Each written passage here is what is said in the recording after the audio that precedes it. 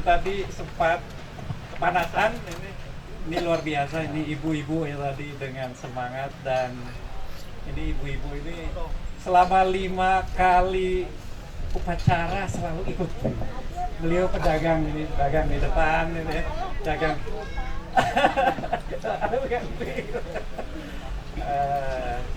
Juga ini alhamdulillah ini Pak Ketua RW 24 ini Pak Letkol Suprapto ini tadi yang jadi pemimpin upacara, ini lengkap ini panggilan. Kalah ya. Cuma ada tambahnya Pak Nan, Purnawirawan. Ini luar biasa ini beliau ini. Kemudian juga terima kasih ini TV Harmoni ini selalu mensponsori untuk live.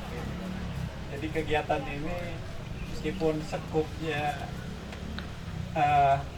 kompleks, tapi live TV Harmoni dari tadi acara ya sekarang. Kemudian alhamdulillah hadir juga ini tokoh Uri, ini Pak Haji Nang ini yang mungkin harus banyak kenalkan lagi, sudah terkenal di beliau.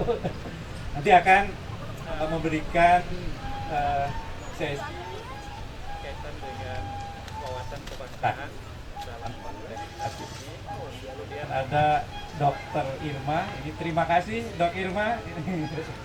Ini luar biasa, beliau juga anggota dewan, tapi juga beliau sebagai founder dari Rumah Holistik Dr. Irma. Beliau akan sharing kaitan dengan kesehatan holistik.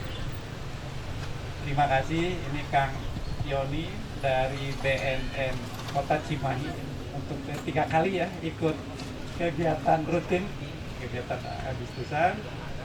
Kemudian ini Kang Yamaldi, ini sama Kang Ali, Kang Atian, ini beliau dosen dari Unjadi. Kemudian ada komunitas Kang Ali, komunitas lingkungan. Jadi namanya Perkumpulan Kayu Indonesia Hijau. Perkumpulan Kayu Indonesia Hijau. Nah, nanti bagaimana nanti pada sesi berikutnya ya. Nanti sesi berikutnya dari BNN dari perkumpulan lingkungan ini saat ini. Kemudian dari Dinas Arsip dan Perpustakaan ya, alhamdulillah hadir juga ini Dinas Arsip dan Perpustakaan, nanti juga berkenan akan sharing bagaimana pentingnya buku ya. Alhamdulillah itu bukunya sudah tersedia ya. Nanti sambil ini bisa dilihat ya, ada buku-buku yang penting bisa dilihat, bisa dibaca, ini untuk kepentingan kita. Nah, sudah siap? Oke, kalau siap, agak ada sesi pertama dari program literasi kebangsaan. Yang pertama, kami serahkan kepada Sahri Bangsa. Itu yang ini ya. Tukar. Batunya kenapa? Tukar. Supaya tidak putus-putus ya.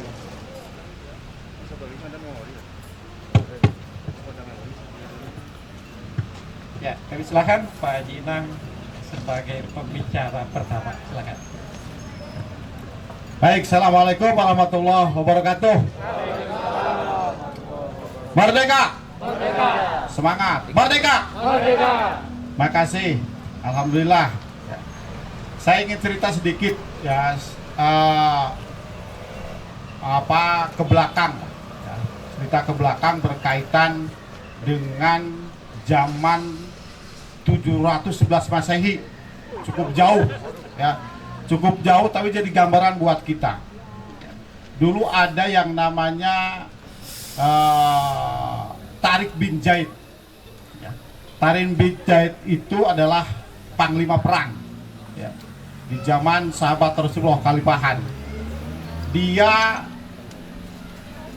menaklukkan Jazirah Liberia, menaklukkan Andalusias, menaklukkan Cordoba yang sekarang Spanyol. Itu luar biasa, menaklukkan yang sangat luar biasa, dan di situ Islam berjaya sampai terkenal di mana-mana di Eropa. Tetapi 300 kemudian, padahal sudah sedang masa jayanya, tapi pada saat 300 kemudian diakhiri dengan pertikaian keluarga kesultanan, ya, sampai akhirnya berdiri kesultanan kecil, dan kesultanan kecil itu dimanfaatkan oleh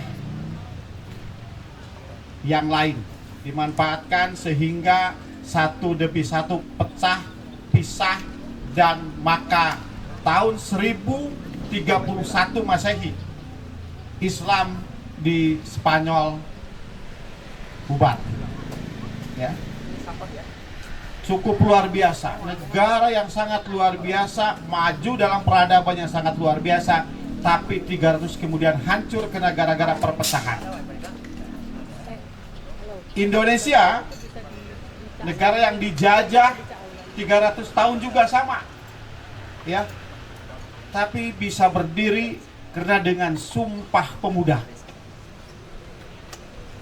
Tanggal 17 sampai tanggal 28 Oktober, ya, berkumpul para pemuda di seluruh Indonesia.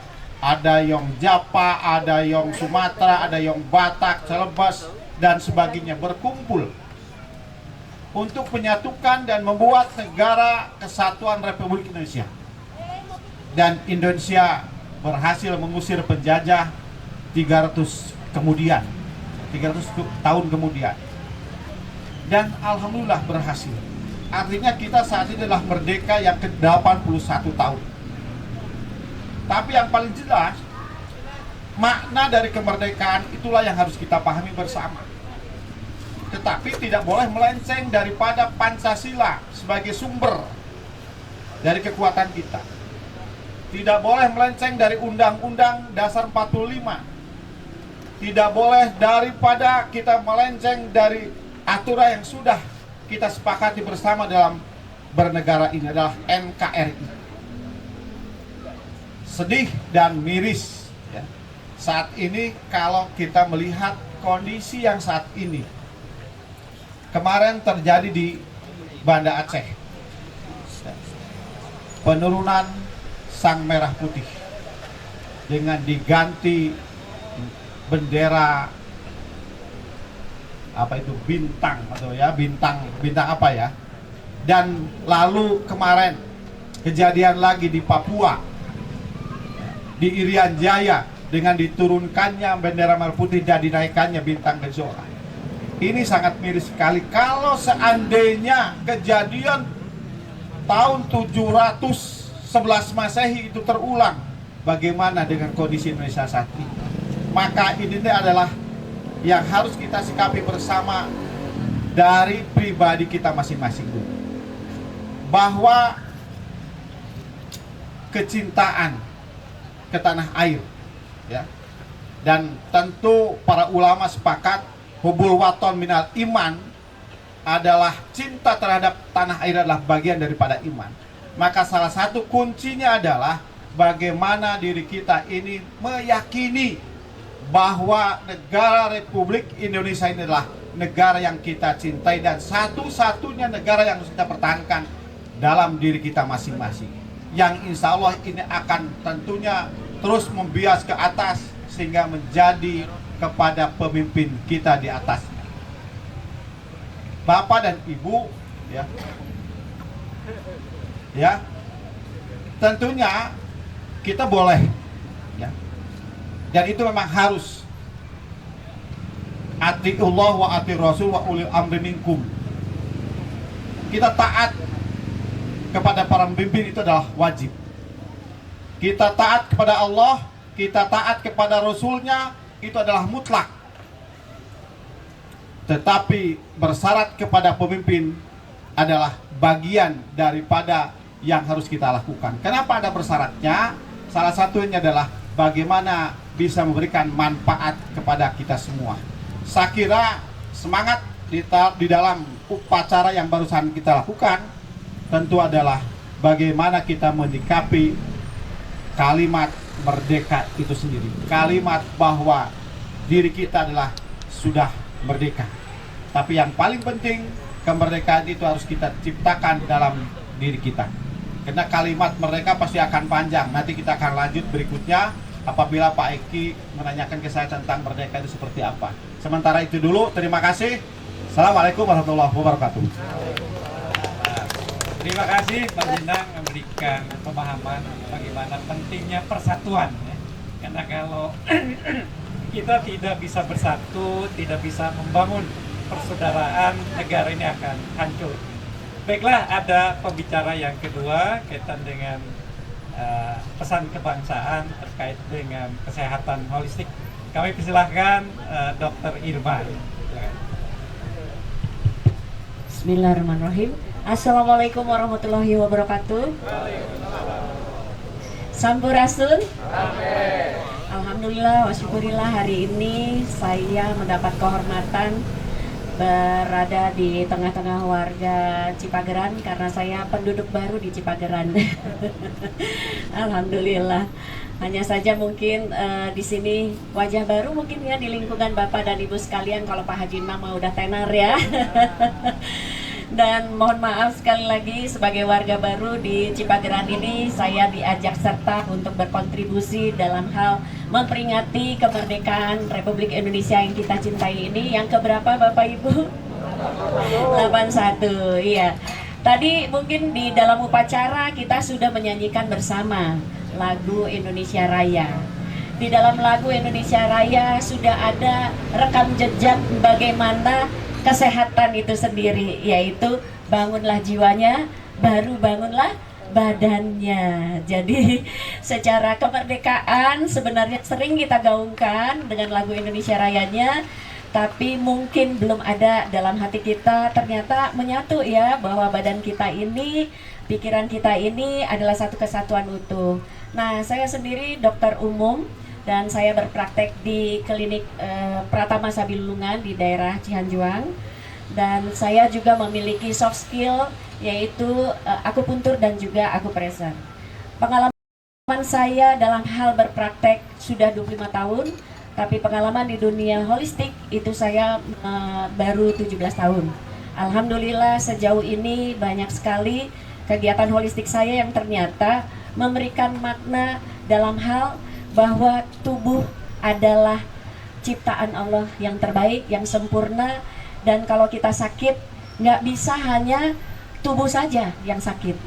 Hampir sebagian besar pasien-pasien saya, klien-klien saya di dunia akupuntur maupun juga di medis, hampir rata-rata mereka menyenangi holistik ini. Kenapa? Satu kesatuan utuh sesuai dengan undang-undang kesehatan kita, bahwa sehat itu adalah fisik, psikis, spiritual, sosial, dan produktif. Nah, kenapa dalam hal ini holistik menjadi tren saat ini? Karena kita tahu bersama begitu banyaknya serangan-serangan yang membuat kita sakit. Yang paling sering dan paling kerap adalah pikiran, perasaan. Hampir rata-rata dari kita tidak menyadari bahwa sakit yang kita alami ternyata lebih besar dari psikis kita daripada fisiknya. Contoh, banyak di antara pasien-pasien saya sudah keliling dokter, belanja dokter. Kalau kata bahasa Jawa, ente-entean. Nah, begitu sudah keliling, akhirnya datanglah ke tempat praktek saya, menanyakan, sudah jenuh dengan obat-obatan karena rajin kontrol tapi kok sakitnya tetap saja ada. Nah, tentu saja kalau saya hanya menjadi dokter umum saja tanpa ada soft skill yang terbarukan, pastilah ya ujung-ujungnya sama, hanya diresepkan lagi. Tapi apa yang saya lakukan? Saya bangun komunikasi kesehatan. Saya pahamkan apa yang terjadi dari sisi akupuntur saya, akupresur saya, yaitu bahwa emosi kita mempengaruhi gejala sakit kita. Contoh, ada yang sakit lutut, sudah dirawat di rumah sakit, sudah disuntik-suntik tetap sakit. Ya, padahal katanya ke rumah sakit kan bayar. Tapi kenapa solusinya tidak didapat? Nah, apa yang terjadi? Saya cukup cek nadi dan saya tanyakan, Bapak, sebelum sakit lututnya adakah emosi? Adakah amarah saat itu? Kaget. Emang ada kaitannya, Dok? Saya bilang, iya, kalau di ilmu akupuntur namanya using, 5 unsur. Jadi, tubuh-tubuh kita ini gejalanya adalah dari apa yang tidak seimbang di dalam tubuh kita, dari sisi emosinya. Contoh, kalau jengkel kena sendi, maka itu banyak sekali orang yang sekarang ini kurang susah menggerakkan, ya, gampang kejenghak, kayak encok ya, kemudian kayak salah tidur dan sebagainya. Semua itu bukan karena sakit fisik, tapi pikiran kita tegang. Nah, kemudian yang berikutnya yang menjadi penyebab adalah tidur. Hampir sebagian besar, rata-rata insomnia. Tidur kurang dari 7 jam. Siapa di sini yang kurang dari 7 jam? Aku. Iya. Nah, serangan yang berikutnya yang amat sangat tanpa kita sadari adalah serangan HP. Tanpa sadar kita sering tidur dengan HP. Lihat apa-apa di HP. Nah, jadi apa yang terjadi serangan yang berikutnya yang tanpa kita sadari ya, selain dari pikiran, perasaan tadi, emosi kita, ternyata HP ini sangat luar biasa. Coba kita mau cek ya Bu, Pak, boleh minta yang mudah saja deh, yang supaya masih kuat. Kita tes, kenapa HP ini ternyata menggerus energi vital tubuh kita. Sehingga kebayang kalau HP kita aja lowbat, cepat-cepatnya kita cas. Dan kalau sudah keburu mati, kita harus menunggu betul untuk bisa full. Setuju ya? Nah, bagaimana dengan badan kita yang nyaris 24 jam bekerja? Kenapa 24 jam bekerja? Tanpa sadar jantung kita pernah berhenti? Begitu dia ngeluh capek deh, kira-kira gimana kita? Yuk anak muda satu, saya perlihatkan betapa tanpa sadar setiap hari kita kantongin, betul? Ya. Kemudian kalau kita emak-emak di bawah-bawah terus gitu ya. Nah, apa yang terjadi? Insomnia makin parah. Ya, kemudian anak-anak ya semakin parah.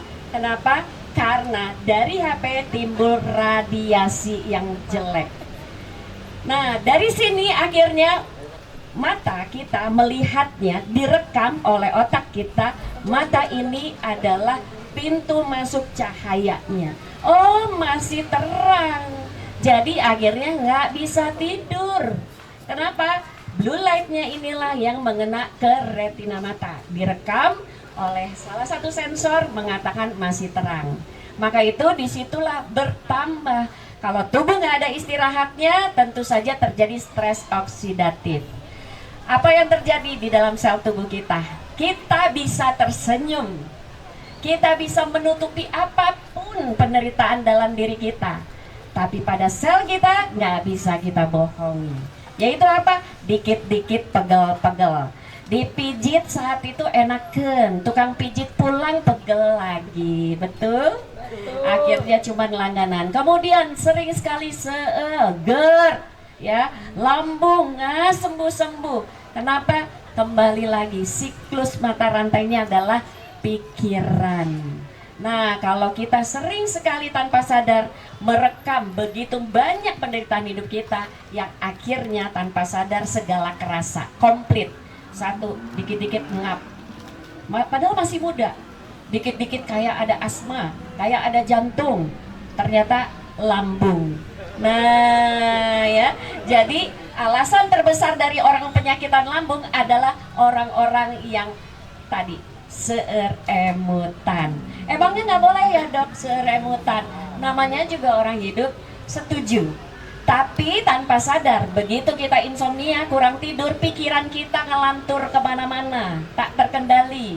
Apalagi punten nun sewu kalau yang sudah sepuh, ya, karena sudah mulai berkurang, tidak ada beban kerja, sehingga masuklah pikiran-pikiran yang kemana-mana. Nah, inilah yang membuat kualitas hidup kita lowbat.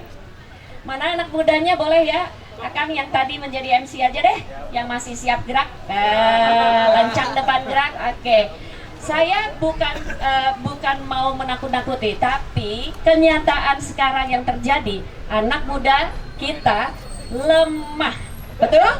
Ya, gampang sakit. Punten di sini. Akang, tadi kan kita upacara ya, siap gerak, lancang depan gerak, biasa ya? HP-nya ditaruh dulu. Oke. Tanpa HP kita lihat ya. Lencang depan. Lencang depan. Oke.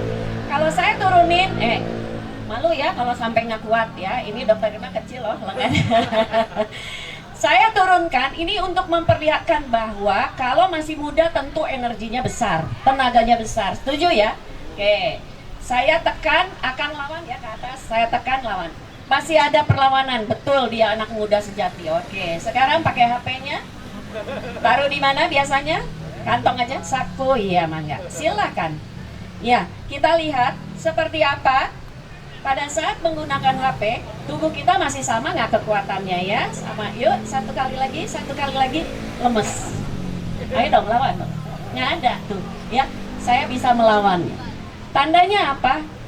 Baru dari sisi HP. Coba sekarang keluarin HP-nya. Pernah nggak sedih? Pernah nggak dibohongin orang? Pernah nggak dikhianatin? Cie.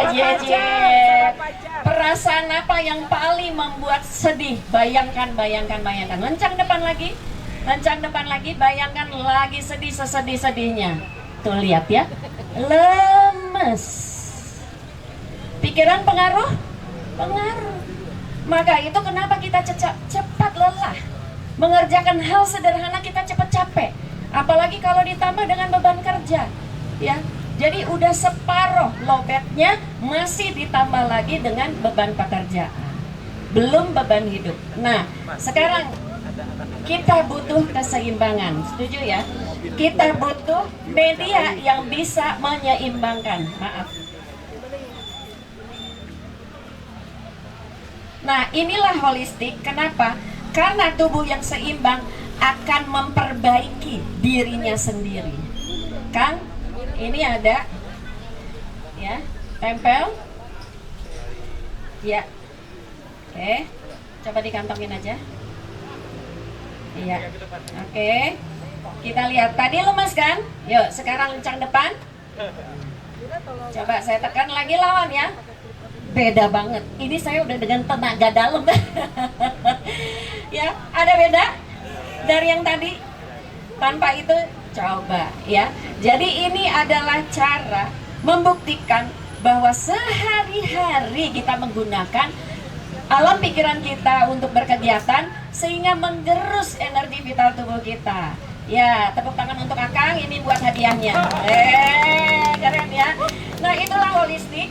Jadi memandang satu kesatuan. Kemudian pada saat kita berhadapan dengan vonis sakit, saya dulu pernah divonis kanker. Apa yang terjadi?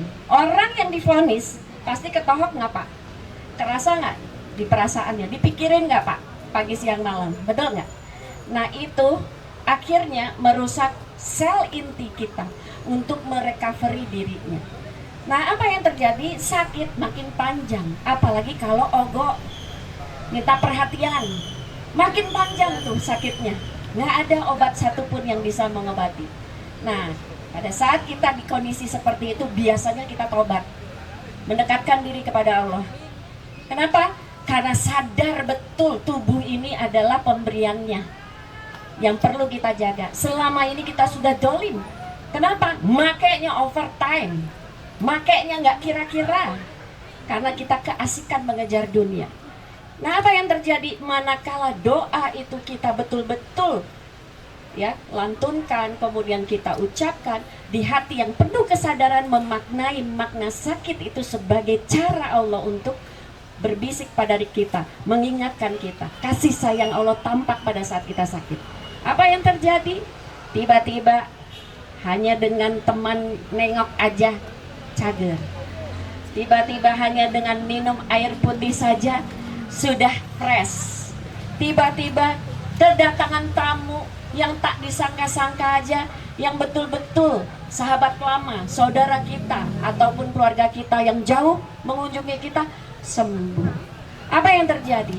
Doa adalah energi yang bisa melampaui seluruh kita, ya, yang tidak kasat mata, tapi doa itu sampai. Sehingga apa yang membuat tubuh kita menjadi sehat? Inilah satu kesatuan utuh. Kemudian pada saat kita sakit, bisa kita keluar rumah? Tidak. Kita kehilangan, ya, pergaulan sosial kita, ya. Akhirnya tubuh yang sakit ini makin menderita. Kenapa? Rasanya biasanya aktif, jadi tidak aktif. Betul nggak? Belum ditambah, punten kalau bapak-bapak suka gengsi. Jadi sakitnya agak lama kalau bapak-bapak. Kenapa? Down, ya. Kenapa? Biasanya, ya kan, bisa datang ke sana kemari, menghadiri ini itu dan sebagainya. Begitu sakit tidak berdaya, merasa diri seterusnya tidak berdaya. Padahal, ya, sebenarnya ini adalah transisi. Bagaimana kita menjadi versi terbaik diri kita dan menyadari memaknai sakit ini sebagai cara Allah untuk memecut kita menjadi versi terbaik diri kita. Nah, kemudian di sini kita lihat banyak anak muda. Ya, anak muda ini adalah harapan bangsa. Untuk mereka lah kita melakukan yang terbaik setiap harinya, termasuk di Smart Garden ini menyediakan berbagai macam literasi, baik itu dari sisi kesehatan, lingkungan, kemudian juga BNN saat ini, ya, kebangsaan dan sebagainya. Ini sangat luar biasa. Jarang saya ketemu satu wilayah yang begitu komplitnya literasinya. Tepuk tangan untuk Smart Garden dan semua tokoh-tokohnya. Nah, apa yang terjadi? Anak muda, maaf ya, dari fisik mereka memang, ya, memang sehat seolah-olah. Tapi maaf, fisik mereka nggak ada keluhan, psikis mereka baik-baik saja, tidak stres dan tidak banyak pikiran dan sebagainya. Sosial mereka bersosial, spiritual mereka rajin sholat dan sebagainya. Tapi kalau mereka tidak punya karya, mereka sakit juga. Karena yang namanya sehat itu ada 5 komponennya. Produktif itu adalah yang terakhir. Nah, jadi ayo, ya, dari saat sekarang begitu kita tahu sehat itu adalah tanggung jawab kita sendiri. Kita memilih untuk menjadi sehat adalah konsekuensi diri kita untuk investasi.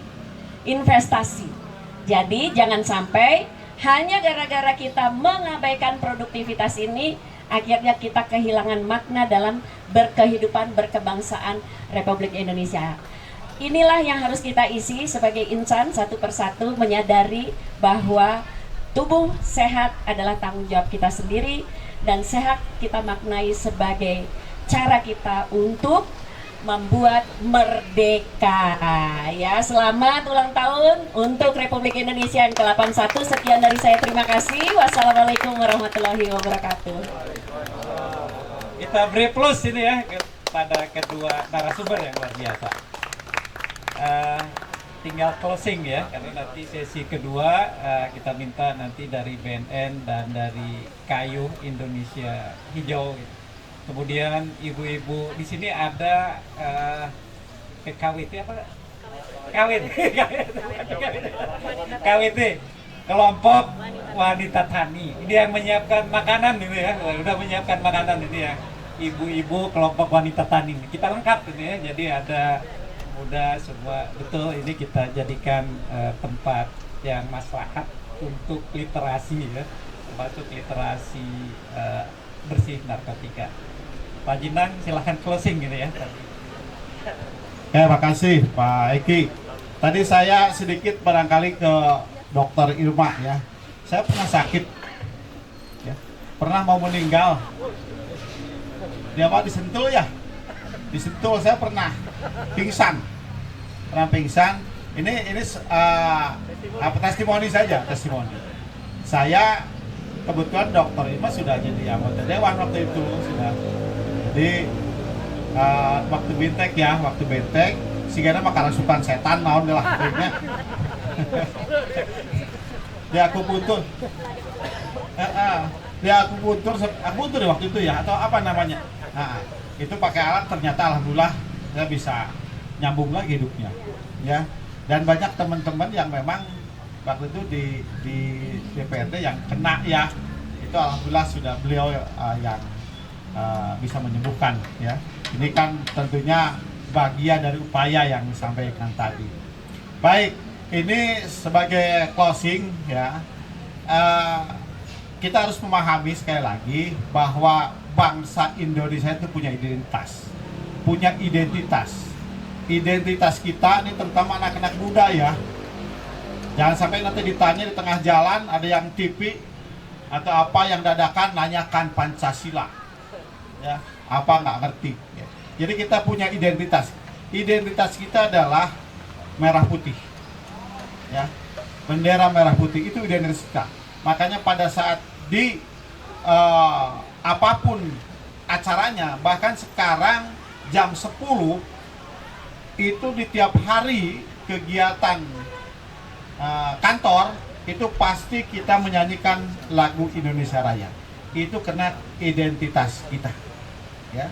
Jadi jangan sampai ada yang tidak sakit hati manakala Indonesia merah putih diturunkan. Sakit hati itu kita harus mesti. Ya. Yang kedua lambang Garuda. Ya. Itu identitas kita, lambang Garuda. Makanya Indonesia bertanding dimanapun pasti di dadanya selalu ada lambang Garuda. Itu adalah identitas kita. Seperti kita identitas kota Cimahi ada lambang Cimahi. Lambang negara adalah ya. Itu yang harus kita pahami bersama. Jadi bagian yang harus kita sikapi adalah bagaimana kita memahami makna itu. Salah satunya ada literasi, kebiasaan membaca ya. Nah, sejarah itu ada. Makanya terutama ya yang mungkin juga takut lupa yang sudah tua, yang setengah tua ya, yang muda itu tidak boleh lepas dari membaca. Paling tidaknya yang sudah tua meren siap-siap menghadapi akhirat kumaha carana lah gitunya supaya memahami. Ya kan itu supaya kita semangat dengan insya Allah tujuan akhir hidup kita tentunya. Ini wajib dalam membaca. Makanya Rasulullah sering menyampaikan pada kita ya, man arada dunya fa'alaihi bil ilmi wa man arada humma fa'alaihi bil ilmi wa man aradal akhirah fa'alaihi bil ilmi wa man arada humma fa'alaihi bil ilmi. Jadi kunci kebahagiaan dunia dan akhirat adalah ilmu, dan ilmu itu didapatkan dari membaca. Untuk itu maka membaca adalah bagian yang harus kita lestarikan, yang harus kita lakukan sehingga kita tidak lepas daripada buku yang kita hadapi bersama. Tentu itu sekali lagi selamat hari ulang tahun negara yang kita cintai yang ke-81. Terima kasih. Mangga.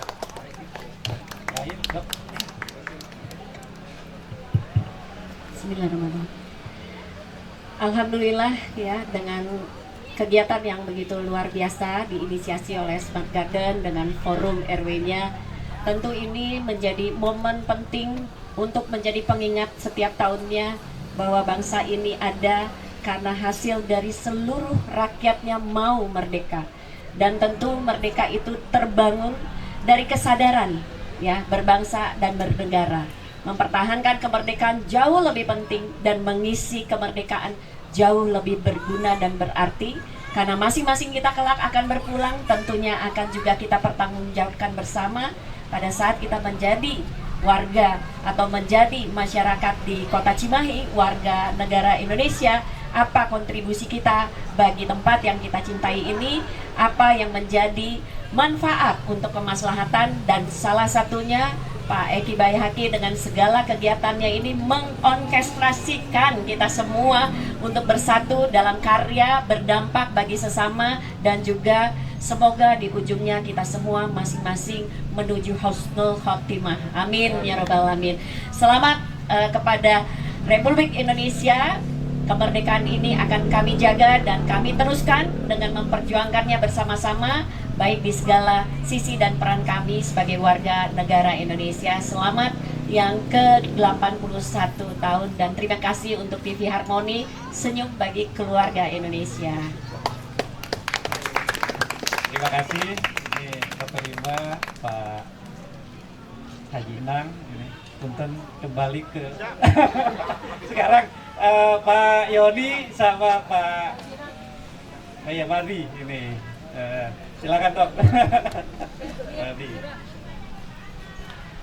Ini sebelum sesi makan-makan, ini sebentar lagi sesi makan-makan, ini sesi terakhir dari BNN dan dari perkumpulan Kayuh Indonesia Hijau. Ini hal yang menarik ya. Apa kaitan BNN dengan kemerdekaan? Kemudian bagaimana pesan dari perkumpulan komunitas dari Kayuh Indonesia berkaitan dengan kemerdekaan, dan salah satunya Indonesia akan kuat kalau bersih narkotika ya Pak Yoni ya. Kemudian yang kedua, bahwa ancaman negara saat ini bukan hanya musuh ya, kerusakan alam. Kerusakan alam itu salah satunya ancaman negara. Makanya kehadiran Pak Yamadi, beliau ini dosen di Unjani, tapi pegiat lingkungan ya, nanti ikut menyadarkan bagaimana pentingnya di momentum kemerdekaan kita tidak melupakan masalah-masalah ancaman negara berkaitan dengan narkotika dan lingkungan. Ini mungkin dari Pak siapa dulu nih? Pak Yamadi dulu ya. Bismillahirrahmanirrahim. Assalamualaikum warahmatullahi wabarakatuh. Terima kasih Kang Eki, beliau sahabat saya.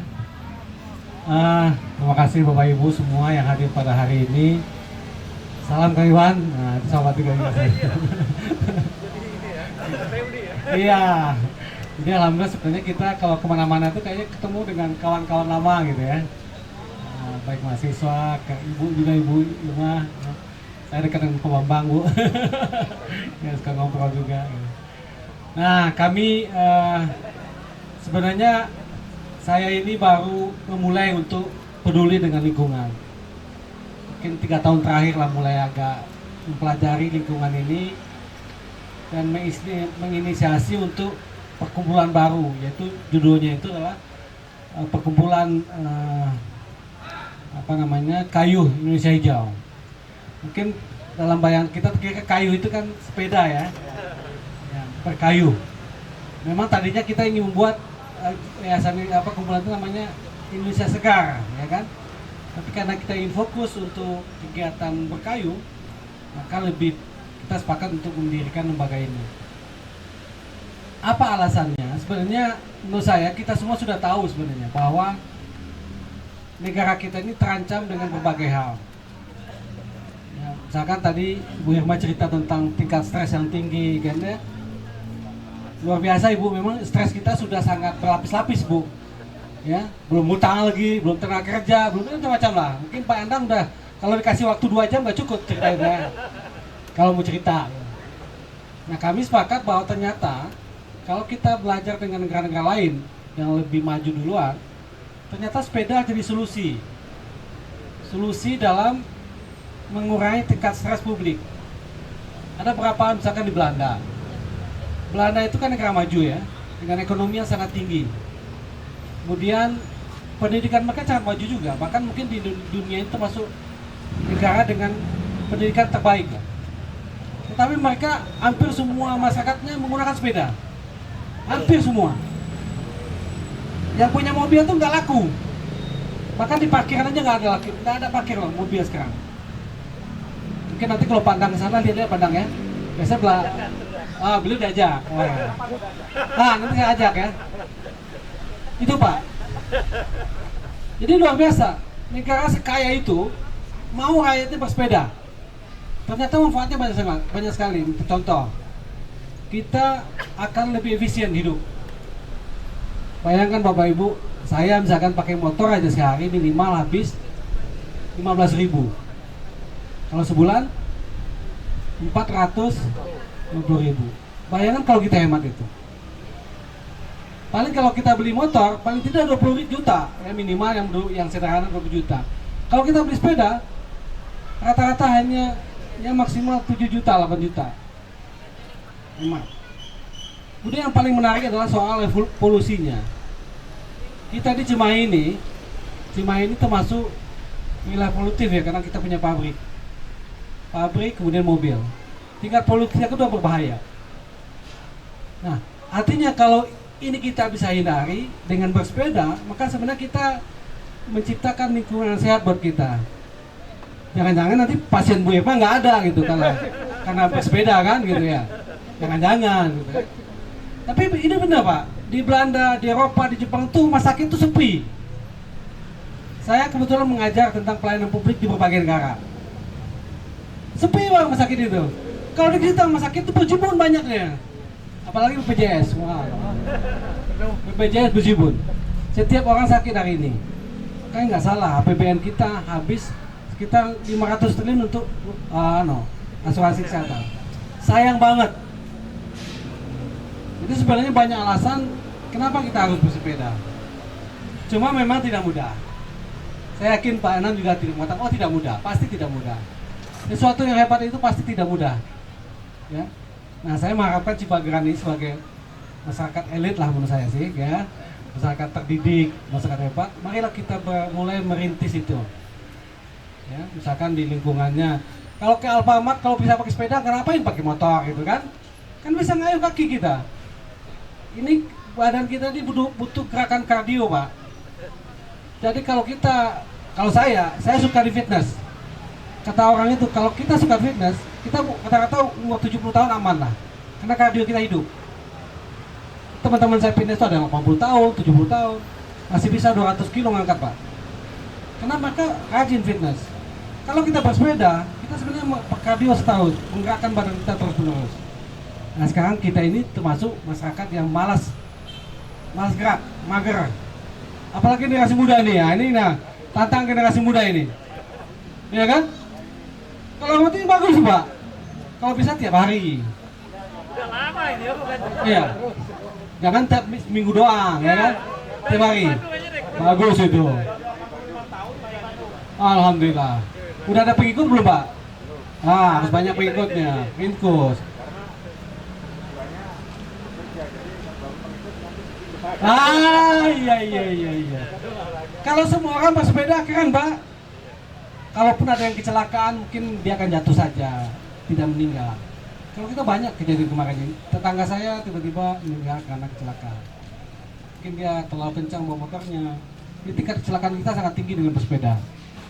Nah, kami sepakat memulai dari Cimahi. Sepakat. Mungkin ini agak membalikkan peradaban, istilah kami membalikkan peradaban. Bayangkan kalau hari ini kita baru 1% yang bersepeda, 1%, mungkin enggak 1%, 0,1% yang bersepeda. Bayangkan Bapak. Tapi Bu Irma bagus, karena nanti banyak pasien beliau yang stres, ya kan?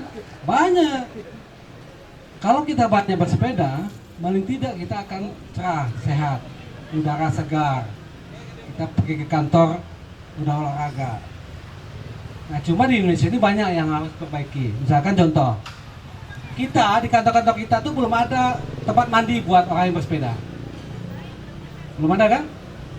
Belum ada. Bahkan belum kepikir. Ya aneh, orang yang bersepeda kemudian harus mandi dulu baru ke kantor. Tapi di Eropa udah biasa. Kemudian tempat parkir, kita nggak ada tempat parkir kan? Sepeda, motor banyak. Nah ini kira-kira dari kami bahwa ini Kang Eki karena beliau penasihat kami, alhamdulillah beliau mau bergabung dengan kita. Kita sebenarnya ya ingin Indonesia itu bisa lebih efisien, bisa lebih matang hidupnya, bisa lebih berperadaban. Contoh kita nggak berperadaban apa? Bakal kita jalan ke sini, motor banyak, ya kan? Kesannya kita saling sikut menyikut, ya kan? Tidak ada, pokoknya pak kuat-kuat dalam kehidupan, kan gitu Bu ya? Kan gitu hari ini kelihatannya. Seolah tanpa government hidup tuh, seolah tanpa pemerintah hidup tuh saling bersaing kan? Ya kan itu kenyataan. Mudah-mudahan dengan kita step by step ya Kang Eki ya, mulai pelan-pelan. Kami nanti mungkin bisa juga dengan Kang Iwan untuk membangun komunikasi publik, karena ini tidak bisa. Nah, target kami sebenarnya sederhana aja. 2035 Cimahi ini harus punya 50.000 milenial bersepeda. Milenial. Jadi orang tua kami nggak maksa Pak, kasihan ya kan. Tapi milenial aja Bos. 2035 mungkin Pak Nasari bisa dukung Pak ya dengan kebijakan segala macam. Kami belum mau ke Pemda itu karena takut Pak. Ini kan kebutuhan kita, bukan kebutuhan Pemda. Kebutuhan masyarakat yang disadarkan itu masyarakat. Pemda itu kalau bisa inilah, oke, set, kan gitu. Kasih stempel aja kita. Itu bagus. Menurut saya kalau Cimahi bisa dengan penduduk yang sederhana ini yang 3 kecamatan ini, Pak Bu Iman juga ada di situ. Kita seharusnya bisa banget. Geografi kita kan nggak terlalu tajam juga. Saya rasa orang Cipageran ke Cimahi masih bisa pakai sepeda lah ya, masih. Ke Bandung aja udah senior udah bisa ya, apalagi anak muda. Jangan biasain mager Pak. Anak saya tuh aduh payah. Pagi-pagi udah HP mainnya. Laki-laki yang pendapatnya Bu, paginya main HP. Marah terus kan nggak enak juga, kita pingsan jadinya. Bapaknya kan gitu ya. Nah itu kira-kira usulan kami, mudah-mudahan ini mendapat sambutan khususnya di Mageran ini. Memang tidak mudah. Nah kalau kita ingin doa kita dikabulkan, kan ada doa kita ya, Rabbana Atina fid dunya hasanah wa fil akhirati. Nah kalau Rabbana Atina fid dunyanya kalau ingin dikabulkan, kita harus berupaya. Jadi kalau kita tidak berupaya, maka di dunianya nggak dapat. Apa upaya kita itu? Merubah pola hidup. Saya rasa ya mungkin yang sederhana aja dulu. Dari rumah ke Alfamart kalau bisa pakai sepeda. Dari rumah ke masjid kalau bisa pakai sepeda, ya kan? Nggak usah jauh-jauh. Teman-teman yang kuliah, kalau 1-2 kilo pakai sepeda lah. Kalau bisa jalan. Ini cerita terakhir, teman saya kalau dia ke Eropa, kalau misalnya dia konferensi di Eropa, dia tuh cerita ke saya, tempat makan beda dengan hotel, jaraknya sekitar 200 meter. Saya tanya kenapa? Karena supaya jalan. Jadi mereka tuh dipaksa jalan. Tapi nanti dari hotel ke tempat makan disuruh lagi keliling jalannya. Kalau kita udah marah-marah ya Bu ya, kita pengennya kalau bisa tempat tidur kita langsung hotel makannya. Malas banget. Nah itu mungkin kita bisa dengan Bu Irma berkoalisi berkoalisi. Kesannya politik ya. Apa namanya kali? Kolaborasi. Saya orang politik sih, jadi kadang ke bawah-bawah gitu. Saya mengajar di Unjani sudah 24 tahun Pak. Pandang suka sering main gitu ya. Alhamdulillah. Dan Kang Iwan itu senior saya. Beliau yang mengajarkan saya itu tentang politik juga gitu. Itu saja dari saya, mudah-mudahan teman-teman di Cipageran bisa melakukan aksi-aksi sederhana gitu, terutama dalam hal mindset dulu. Yang paling susah itu kan mindset. Kalau otak kita sudah menerima dan kita melaksanakan, insya Allah bisa. Dan nggak berat, tidak berat. Kita akan lebih berat kalau kita menerima tiba-tiba kita kena kanker, berat nggak? Tiba-tiba kena stroke. Sekarang gejala yang lebih parah Pak, ini cerita teman saya di Speedcast nih. Gejala gula darah itu, penyakit gula darah Bu, diabetes itu meningkatnya 400% Pak. Gila banget. Indonesia 20 tahun lagi terancam diabetes masif. Macet total ya. Kalau saya macet total, masih aman. Ini diabetes mati Pak. Diabetes itu kan penyakit yang kemana-mana. Nah, salah satu mencegah diabetes itu adalah bersepeda. Bersepeda. Berarti sepeda itu memang kan dulu kita bersepeda juga Pak ya. Dulu nggak ada. Saya masih ada waktu kecil sepeda Pak. Cuma karena ada Jepang aja masuk ke kita bagaimana jual barangnya kan gitu ya. Kita terlena dengan kemewahan. Nah hari ini oke kita pengen mewah tapi jangan terlalu memanjakan diri kita. Itu aja Kang Eki, terima kasih Bapak Ibu. Bila taufiq hidayah, assalamualaikum warahmatullahi wabarakatuh. Ini luar biasa ini. Kayak ini Pak Prapto ini, beliau pamen ya. Kalau beli mobil saya bisa, ya. Tapi dia keseharian naik sepeda. Ini luar biasa ini. Nih harus jadi teladan nih Pak. Iya tapi Amel ya. Tapi artinya beliau ini. Iya, iya. Boleh Pak. Ya, ini Pak. Terima kasih. Jadi Supaya ke foto. saya izin menanggapi kenapa harus bersepeda. Ini dia Pak. Kebetulan saya juga pencinta sepeda belum lama dari tahun 98.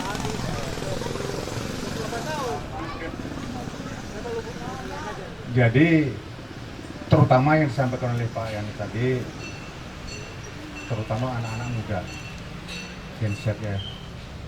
Kenapa harus bersepeda? Jadi di samping kita bergerak jogging ataupun senam, itu yang lebih utama lagi adalah bersepeda. Jadi bersepeda itu ibarat orang hidup.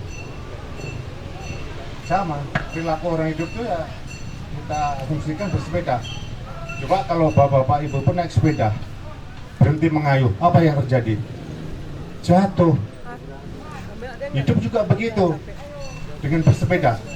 Jadi jangan berhenti mengayuh supaya seimbang, baik hidup maupun berolahraga. Nah, mungkin itu tambahan kami. Terima kasih. Luar biasa.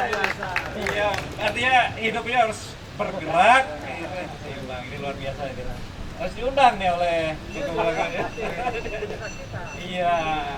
Nah ini terakhir sebelum makan-makan, ini karena Smart Garden itu ada tulisannya wilayah wajib senyum gitu ya. Jadi Smart Garden ini wilayah wajib senyum. Yang datang ke Smart Garden itu harus bahagia. Untuk bahagia nanti ibu-ibu kelompok tani wanita menyiapkan makanan ya. Udah siap Bu? Oh udah siap. Jadi tidak boleh pulang sebelum nanti menyiapkan. Ada tumpeng, ada jengkol juga ya? Ada jengkol gitu. Ada ya macam-macam yang lain. Jadi jangan selesai ini nanti kita makan-makan bareng. Ini terakhir ada hal yang penting juga ya. Kenapa Smart Garden mengundang PNN? Kita alhamdulillah Smart Garden sudah MOU ya dengan BNN Kota Cimahi. Bahkan di Agustus kemarin kepala BNN-nya datang nih. Mana fotonya mana nih? Wih, waduh mantap ini. Jadi harus ini di penjerah aja sini. Tali mana tali? Ini ya, depan.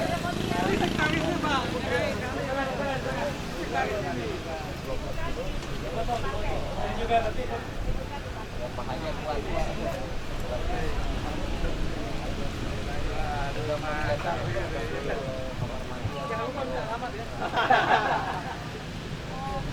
Jangan ditarik ketik, jangan.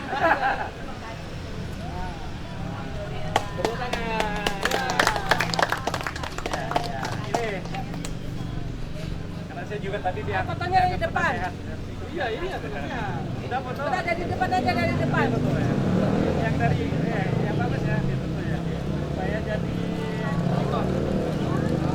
Potret juga potret. Landscape.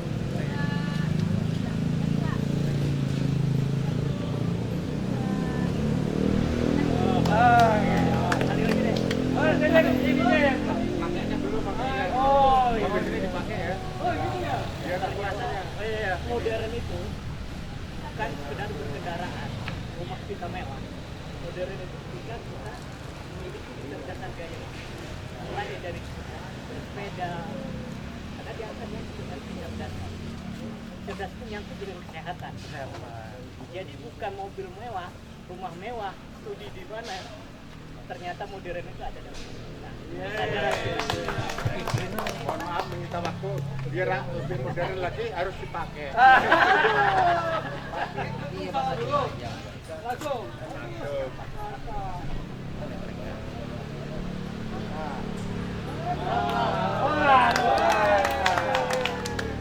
Bisa pas lagi. Udah jadi member ya. Jadi bagian penantian jangan lupa Pak. Nah ini lanjut. Sebelum ini katanya Panang ada yang disampaikan?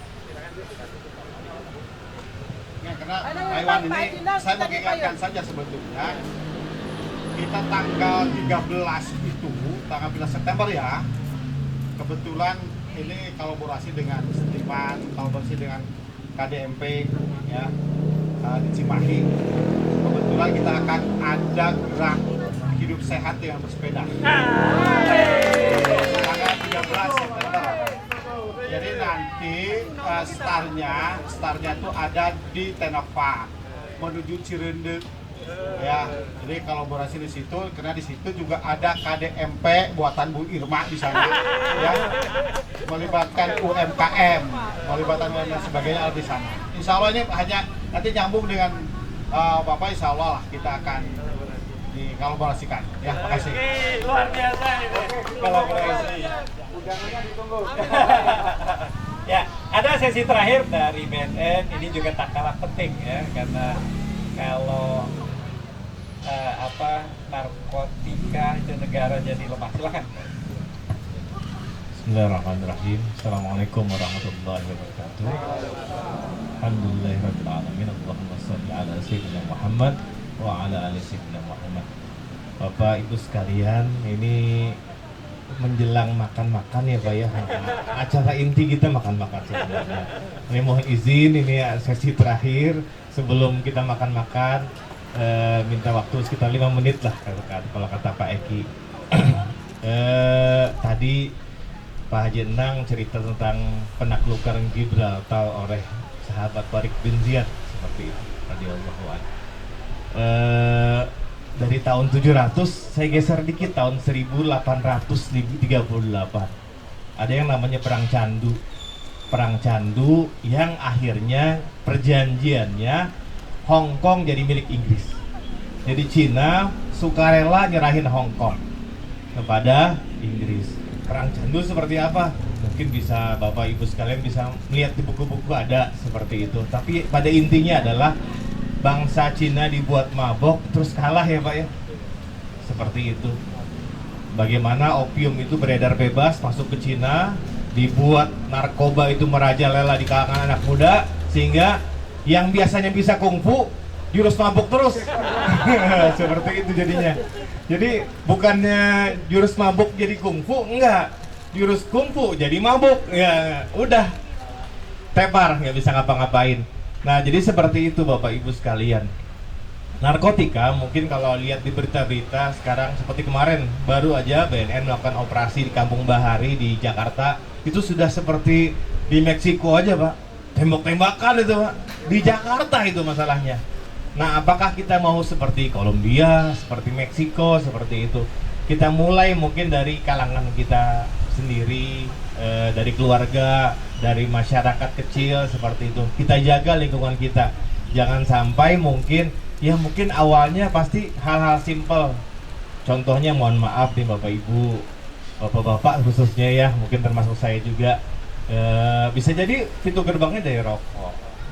Itulah yang mengenal biasanya. Anak-anak itu kenalnya dari situ.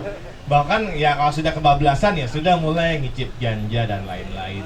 Nah, Bapak Ibu sekalian, satu hal yang mungkin sekarang jadi tren adalah vape. Vape itu adalah rokok elektrik yang memang sangat mudah disisipi oleh narkotika. Sudah terbukti sekarang. Kemarin ini Angkatan Laut bersama BNN juga bersama Bea Cukai nangkap ada ketamin sekitar 1,3 ton. Itu kebanyakan ketamin, etomidet dan lain-lain itu dibuat jadi masuk seperti cartridge vape. Sehingga kalau masuk vape nanti orang makan narkoba itu gak kelihatan. Bau-baunya bau-bau buah-buahan. Tapi maboknya mabok narkoba beneran seperti itu. Jadi ini Bapak Ibu sekalian, kita sebagai masyarakat kadang-kadang merasa bahwa peredaran narkotika mana jauh di sana seperti itu. Tapi pada dasarnya di setiap lingkungan kita rawan masuknya narkotika. Biasanya kalau di Cimahi itu kemarin tuh yang Pak Ngatiana sekarang lagi menggaungkan bagaimana kita obat-obat keras, tramadol, heksimer seperti itu peredarannya dibersihkan. Itu awalnya, tapi lama-lama kalau sudah mengenal sudah agak lama dan segala macamnya. Di BNN ada klinik yang menangani pasien-pasien narkoba Paskes 1 ya Bu.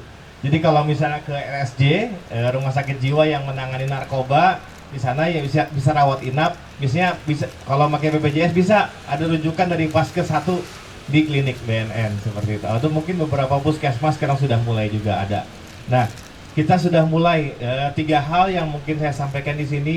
Yang pertama, kita sebagai masyarakat jangan mentolerir sedikit mungkin terkait narkotika. Kalau dilihat ada peredaran, ada apa segala macam, tolak Bapak Ibu.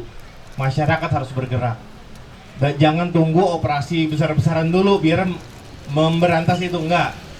Udah, masyarakat aja konsultasi dengan RW, dengan RT, dengan Babin Kamtipmas, dengan Babinsa, atau mungkin komunikasi dengan kami di BNN. Bagaimana kita bisa penyakit-penyakit seperti ini hilangin dari masyarakat. Yang kedua, sebagai masyarakat ya tadi menolak dan melapor, berani seperti itu. Dan terakhir mungkin kalau ada yang sudah terlanjur, jangan dihukum dulu Bapak Ibu. Siapa tahu dia tuh sleep, siapa tahu dia itu anak cucu kita juga gitu. Jangan keburu-buru dijudge, oh ini mah penyakit masyarakat, udah masukin penjara. Enggak seperti itu. Siapa tahu dia memang terpengaruh pergaulan, kita rehabilitasi di BNN. Rehabilitasinya alhamdulillah masih dibiayai negara, gratis seperti itu. Bawa ke BNN atau bawa ke tempat lain terserah, yang pasti diminta untuk diintervensi. Jangan sampai dia terus-menerus tenggelam dalam dunia narkotika. Itu mungkin Bapak Ibu sekalian, mohon maaf ini agak sedikit berbeda temanya, padahal harusnya langsung tema makanan ya seperti itu. Jadi semoga insya Allah bagaimanapun kemerdekaan ini harus diisi dengan hal baik, dengan hal-hal terkait dengan kebangsaan, dengan kesehatan, dengan peduli lingkungan, tapi juga harus punya kewaspadaan terhadap hal-hal negatif, termasuk bagaimana kita mencegah, memberantas yang namanya penyalahgunaan dan peredaran gelap narkotika. Itu saja mungkin Bapak Ibu sekalian, semoga pesan kali ini bisa kita sama-sama resapi, bareng-bareng sama-sama. Semoga insya Allah keberkahan dan kebaikan untuk kita semua. Terima kasih Pak.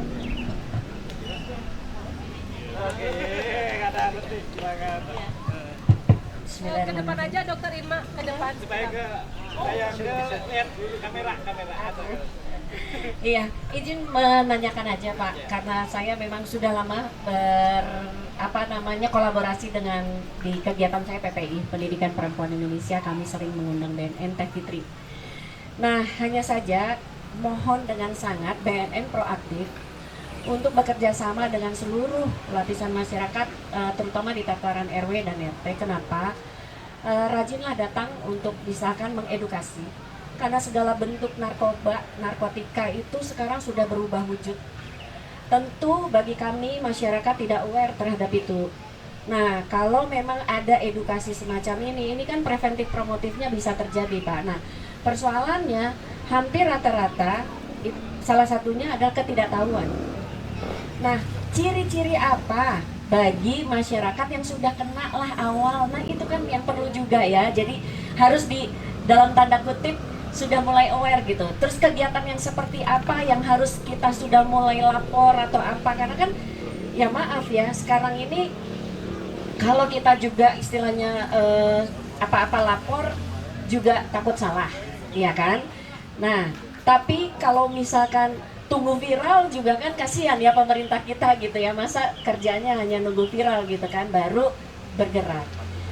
Kemudian yang berikutnya, mohon maaf sekali lagi juga di tataran penangkap-penangkapnya yang pengguna dan sebagainya juga dalam tanda kutip terkadang memanfaatkan situasi ini juga gitu kan, sehingga ini buah si malakama. Karena saya tahu persis ada beberapa yang berobat di saya gitu ya. Dalam hal ini dia tobat gitu kan, dan dia benar-benar menjadi bapak sekarang ini untuk anaknya. Tapi dampak dari sisi kecanduan waktu itu ganja selama 2 tahun, dan akhirnya berikutnya dia takut ketergantungan obat-obatan psikiatri. Jadi dilema-dilema ini di masyarakat lah yang akhirnya saya bantu bagaimana dari sisi kesehatan holistiknya, dan alhamdulillah ada perbaikan-perbaikan. Tadinya sering jeblak-jeblek ya bahasa Jawanya tuh, tiba-tiba ke rumah sakit karena jantungnya bugruk-burukan, karena berhenti seketika juga mempengaruhi fisik beliau. Nah, kesadaran yang tinggi bahwa dia punya anak, dia mau berhenti, ini nggak gampang, Pak. Apalagi keluar dari lingkungan yang sudah membuat dia menjadi ketagihan, ini kan juga tidak mudah. Nah, hal-hal ini yang harus teredukasi ke masyarakat, saya rasa tolong juga mungkin sekali waktu BNN juga audiensi ke kami di Komisi 4.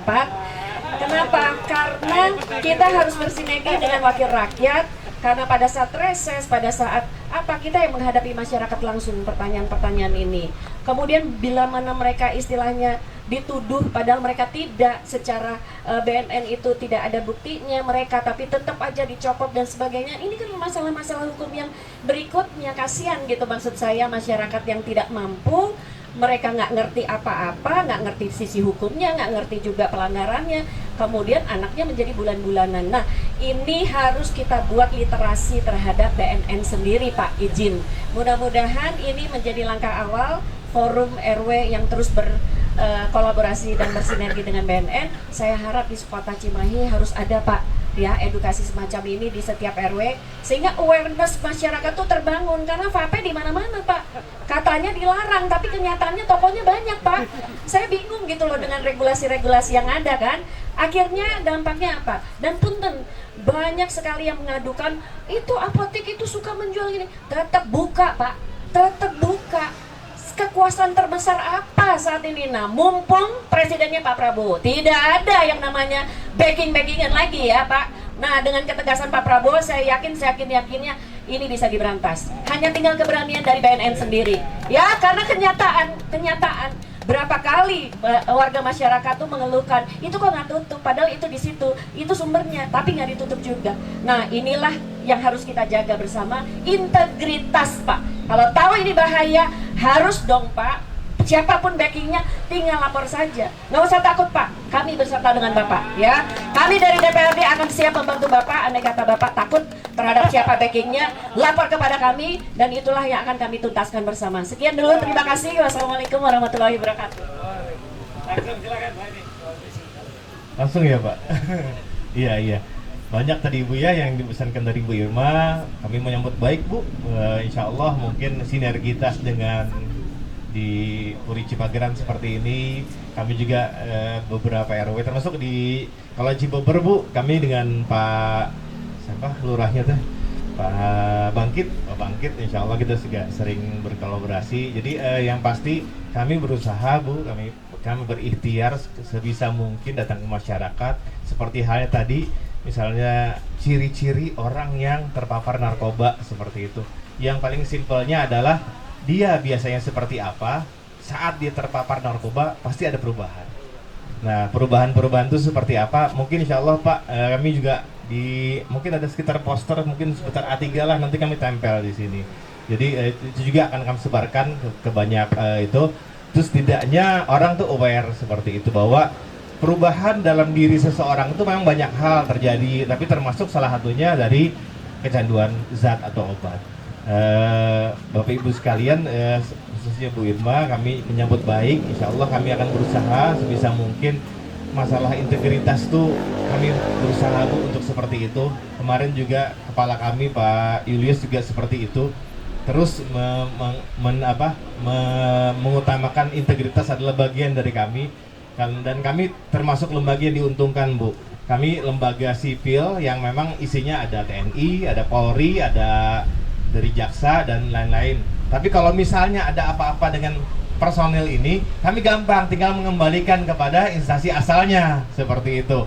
Nah, pegawai organik kami juga ada, tapi kami berusaha untuk menjaga integritas di lembaga kami seperti itu. Ya, kita berusaha untuk bagaimana masyarakat bisa tahu, paham, dan kemudian tadi untuk bisa aware, peduli terhadap bagaimana peredaran gelap narkotika ini. Itu aja mungkin, Pak. Iya. Iya. Terima kasih, ini karena jadwal makan udah siap ya. Jadi kita nanti setelah ini kita sama-sama makan di sini. Nanti ada Kang Ade ya menghibur. Jadi ada yang mau nyanyi silakan. Ya, saya atas nama Forum RW mengucapkan terima kasih termasuk ke BNN ya. Sedikit aja ke BNN. Alhamdulillah sejak kolaborasi dengan BNN kurang lebih 3 tahun yang lalu, tadinya di sini tuh ada botol-botol segala, sekarang bersih ya. Alhamdulillah. Kita selalu tempel ya, ada. Makanya kami tunggu nanti ada player info-info yang kaitan ini. Sekali lagi terima kasih TV Harmoni, ini luar biasa ini. Dan semua yang hadir ini mudah-mudahan ini bagian dari ikhtiar kita untuk kepentingan umat, kepentingan bangsa dan negara. Mohon maaf atas segala kurangan. Wabillahi taufiq wal hidayah. Assalamualaikum warahmatullahi wabarakatuh. Lanjut Pak Jinang, nah ini harus cobain dulu, ini ada makanan Agustusan.